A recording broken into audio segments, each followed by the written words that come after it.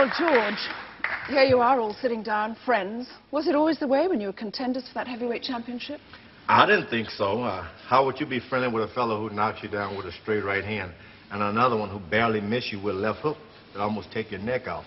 Joe Frazier. Joe, did you ever hurt each other?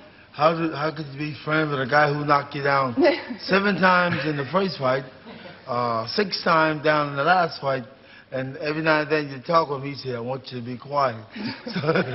So you really have to be quiet. I think it was some fantastic fights that we had within the years that went by. If we could do it all again, I would. Oh. They asked me when Muhammad Ali took the title from me, did he hurt me? And there I am with a big black eye. Eyes swollen up, and they asked me, did it hurt? Now, Ali... So I think the press did more damage than anything. Well, you fought these guys, Ali, and you've got a face as pretty as a picture. How'd you keep your pretty Boo. face? Yeah. How do you keep that pretty face? Praying to God. It's the prettiest face in the world. Now, George, you're just about to make a comeback, but when you were retired from boxing for a bit, what did you do in that time? Well, I raised children mostly. I tried to retire on a farm, but all I was raising was dirt. So I started raising a lot of children. I'm a full-time preacher, of course. Tell me how you became a preacher. Well, it was pretty easy. I think the last fellow I fought was Jimmy Young. He whipped the devil out of me. And then after that, you decided to become a preacher, take up the ministry? Well, yeah, and that's why today we travel around the country to acquaint people with us other than boxing. The Champions Forever Tour is about the world seeing a video of us, Joe Frazier, Muhammad Ali, and myself, Kenny Norton, as people other than boxers. Right. Our life stories are compact in it. Right. And we can't tell you everything now. No, you want about a video. Yeah. That's right. Joe, you also retired 10 years ago, but you haven't been away from boxing. What do you do? Well, I did made a start back. Somehow I fought a guy to a draw, and my kids didn't like the way how I look out. I come out after the draw. So they said, Dad, you better hang it up. So what I did, right now I have young men in the gym I'm working with for the newly, let's say, game coming up, the Olympic game. So therefore these young men are working pretty hard. My sons and Bert and Tommy, these guys are promoters now. So therefore I'm just helping the young men, let's say, to go to be fine men, you know what I mean? And whatever people like to see me, I go around and promote, and now we're promoting Champions Forever.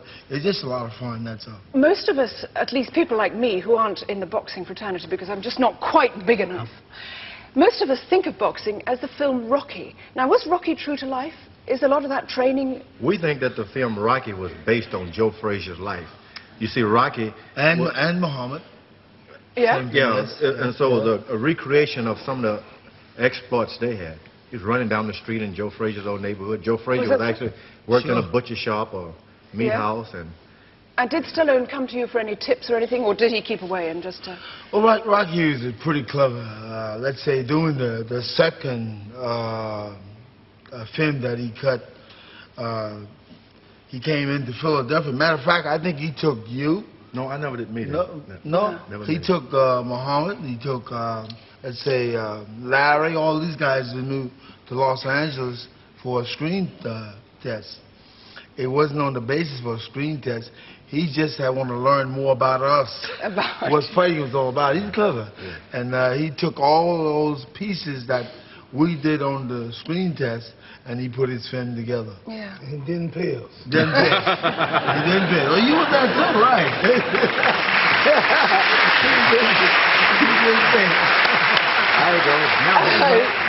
Ali, you're the greatest. How are you the greatest champion in the world? That was only publicity. Saying I'm the greatest, just to build the fact. I never really believed that. You didn't believe it?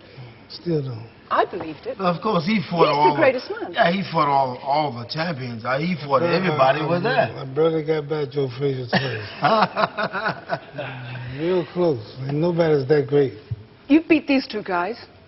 You've beat that guy. Close. Those. You ain't beat this guy. She's agitated. You beat this. She's trying to make me mad. It's always more like fun. But we all fought Muhammad. I mean, everybody did. It's right on down the line, fought him. I'm getting mad now. Okay. George, she probably have a strong husband. You better watch it, okay? But Ali did it by poems. He used to wind people up by poems and by talking, the Louisville lip. He used to do it by staring. Well, it didn't work on Muhammad, so let's forget about the staring. I tried my best. He just turned his back on me. I remember hitting him so hard, I think around the stomach or the side. Yeah. And he looked at me and said, "Is that all you got, sucker?" And I started wondering, how in the world am I...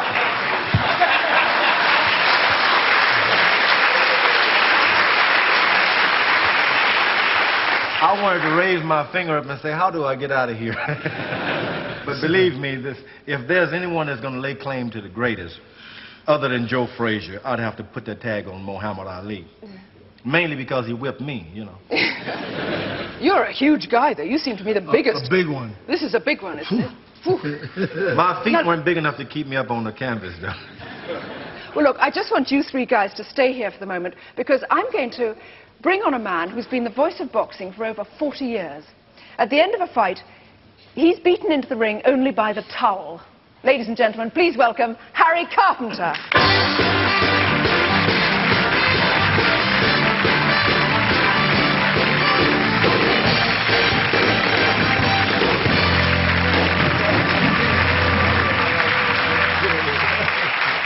Harry, if you can squeeze in with these hunky guys. I feel slightly dwarfed. But Now, Harry, do these guys bring back fond memories? of course they do.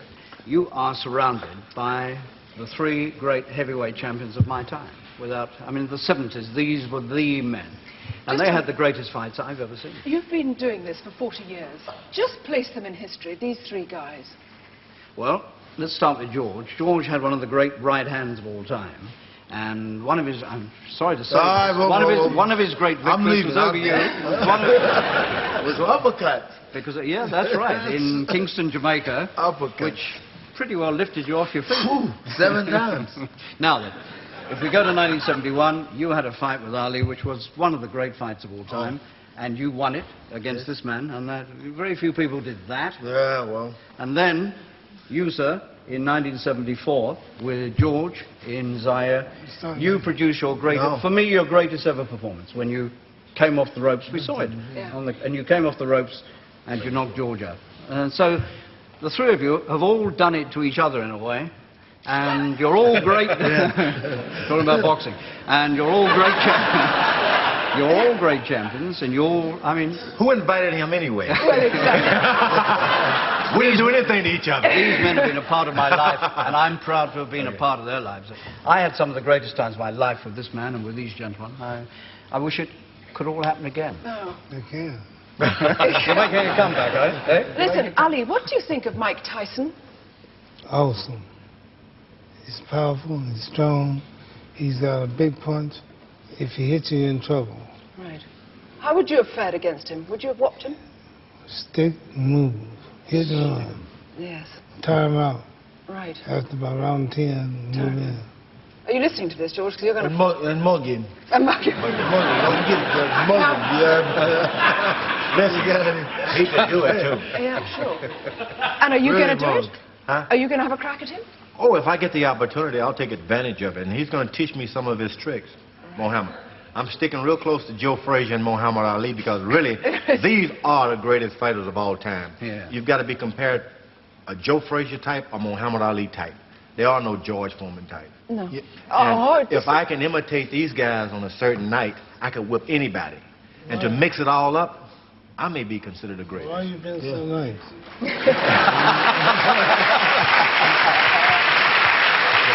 Harry, what do you think? What do you think of these three great guys here and Mike Tyson not here? What do you think of Mike Tyson? Mike Tyson is the best guy that's around today. Yeah. And that's all you can ever say in boxing. I agree with People always want to compare, somebody from the past. Could he have been? It doesn't matter. All you have to be is the best in your own time. Tyson today is the best in his own time. As far as I can see, there's really, begging George's pardon, I mean, there's not too many people around I think could beat him. Yeah. But these gentlemen were the best in their time. Yes. And You were that's too. something they should all be proud of. You were too. Yeah. What do you mean I was? I still am.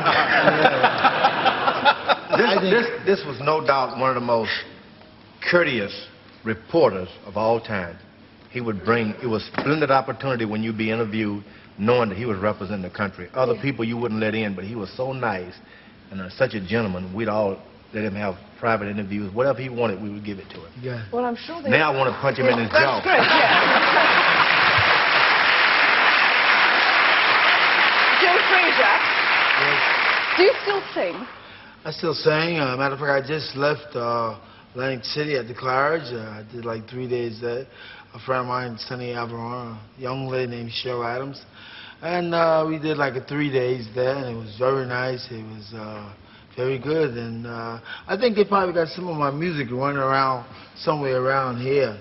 I probably had one that says, times seem to be hard. Don't forget how long it took you to start. Let's try it again. That's all. With the guitar. There's going to be another fight around here, Mohammed. Try it again. Please start boxing again.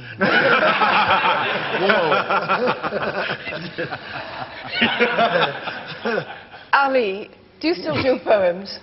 Do you still make up poems about I things? made up one for your show. You've made up one for the show? I love your show. I admire your style, but your pay is so cheap, don't call for a while.